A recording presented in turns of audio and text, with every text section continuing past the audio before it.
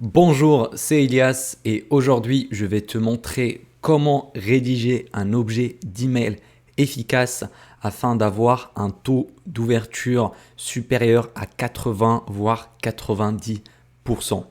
Parce que comme tu le sais, la prospection par email est une des méthodes les plus puissantes pour générer des rendez-vous qualifiés avec des chefs d'entreprise parce que tous les chefs d'entreprise possèdent une adresse mail qu'on pourra contacter directement.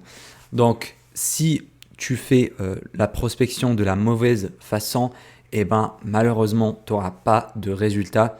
Et dans l'emailing, la chose la plus importante, ça sera l'objet de ton email.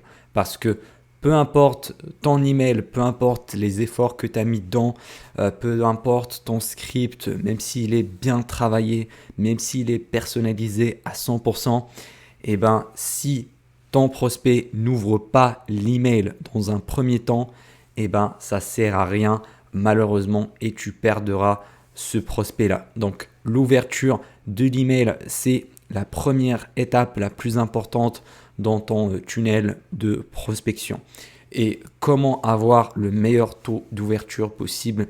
Il faut bien sûr écrire, rédiger un objet d'email efficace qui donne envie d'ouvrir ton email de prospection. Donc dans cette vidéo, je vais te donner vraiment tous les points à implémenter, à appliquer si tu veux augmenter ton taux d'ouverture d'email. Donc, ce n'est pas des points en ordre première chose, deuxième chose, c'est juste des points comme ça pris au hasard, mais en combinant tous ces points-là, eh ben, tu vas avoir d'énormes résultats, tu vas augmenter tes taux d'ouverture et ça va te faciliter la prospection par email. Et du coup, commençons par le premier point, sortir du lot et briser le schéma classique.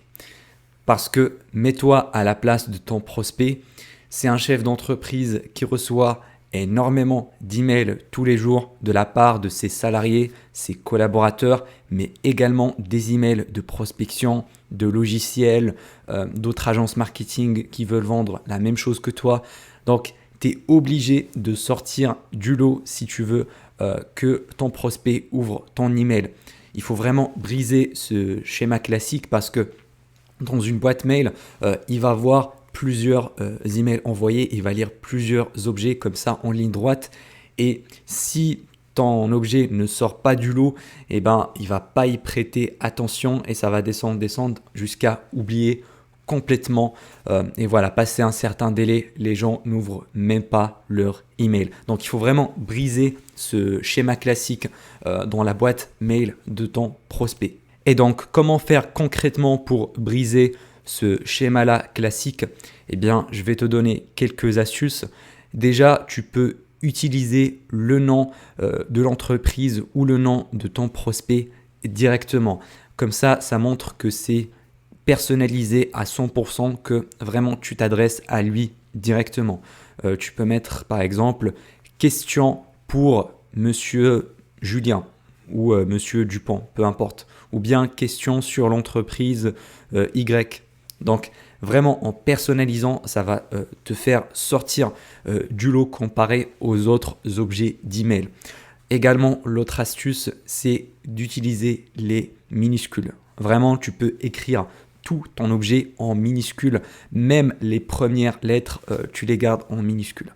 Ça, je l'ai testé personnellement et j'ai eu de meilleurs taux d'ouverture parce que ça te fait vraiment sortir du lot. Parce que la plupart des objets d'email vont être rédigés en majuscules. Donc tous tes concurrents ou toutes les autres boîtes qui essaient de contacter ton prospect, eh ben, ils envoient des messages, enfin des objets d'email avec des majuscules ou bien une majuscule au début de chaque mot. Et donc en écrivant ton objet complètement en minuscule, même le nom de ton prospect, tu peux l'écrire en minuscule, et ben ça fait vraiment sortir du lot parce que avant, il y a quelques années, c'était plutôt la base d'écrire en minuscule et après les gens ont commencé à écrire en majuscule pour essayer de se démarquer des autres. Maintenant, c'est un petit peu l'inverse. Tout le monde utilise des majuscules et personne n'utilise des minuscules. Donc si tu écris en minuscule, ça va te faire démarquer des autres et tu auras de meilleurs taux d'ouverture. Maintenant, avant de passer au point suivant, je dois te poser une question. À ton avis, quelle est la personne la plus importante pour un chef d'entreprise? Voilà, si tu réfléchis bien, la réponse est très très simple, c'est le client. Le client d'une entreprise, c'est vraiment la personne la plus importante pour le chef d'entreprise.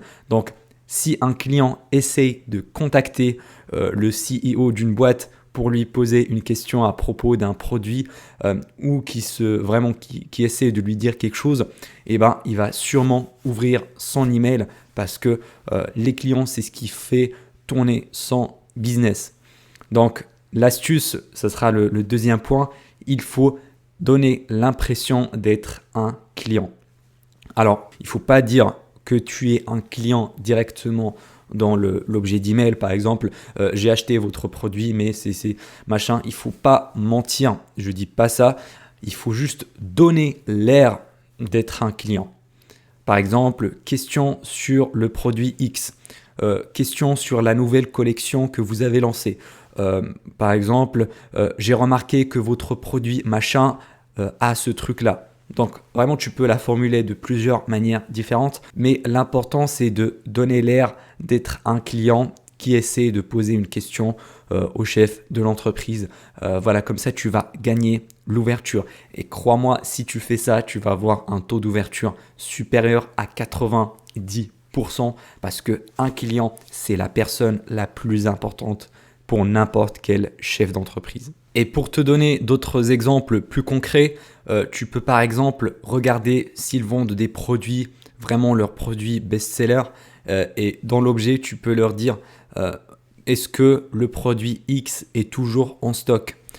Ou bien si tu remarques qu'ils font de la publicité pour un produit en question, tu peux leur dire est-ce que ce produit-là est toujours disponible en stock?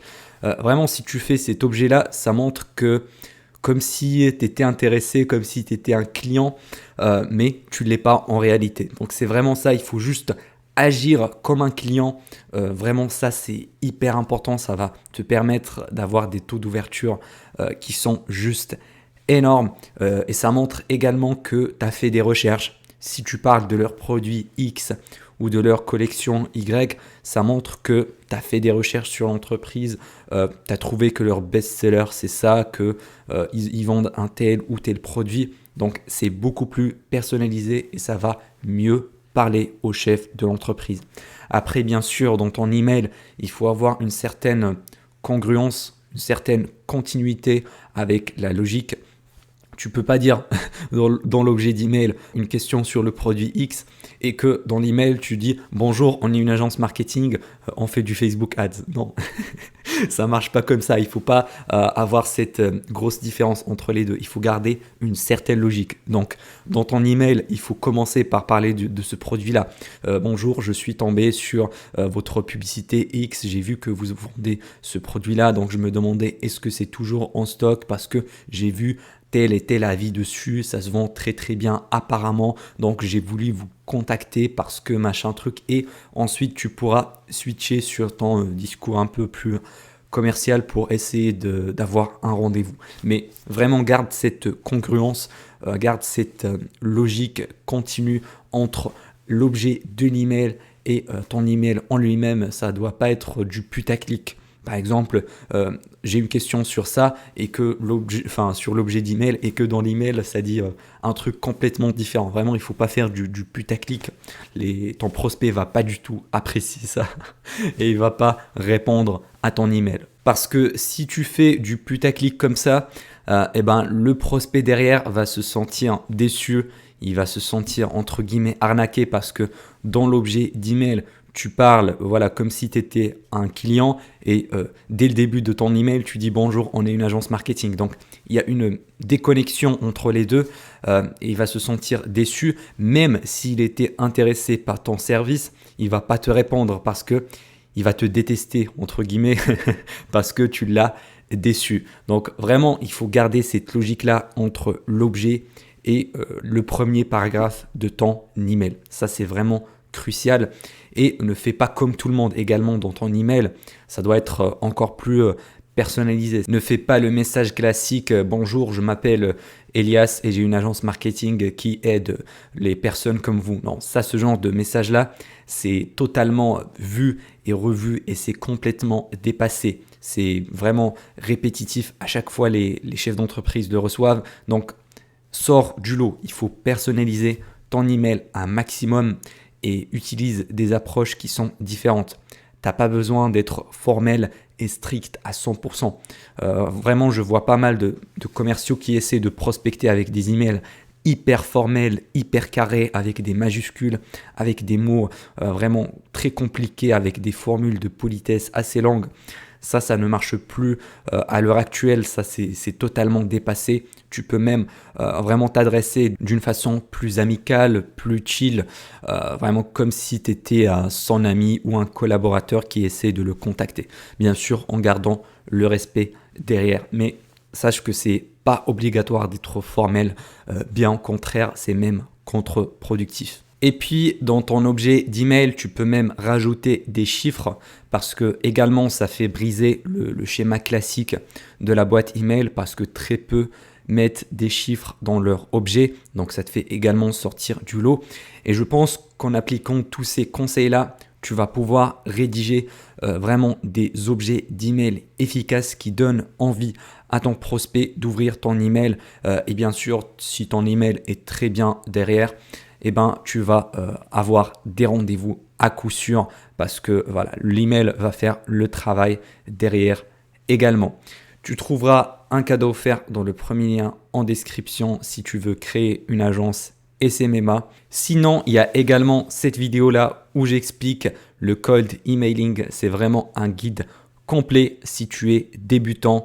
Donc, on se retrouve là-bas.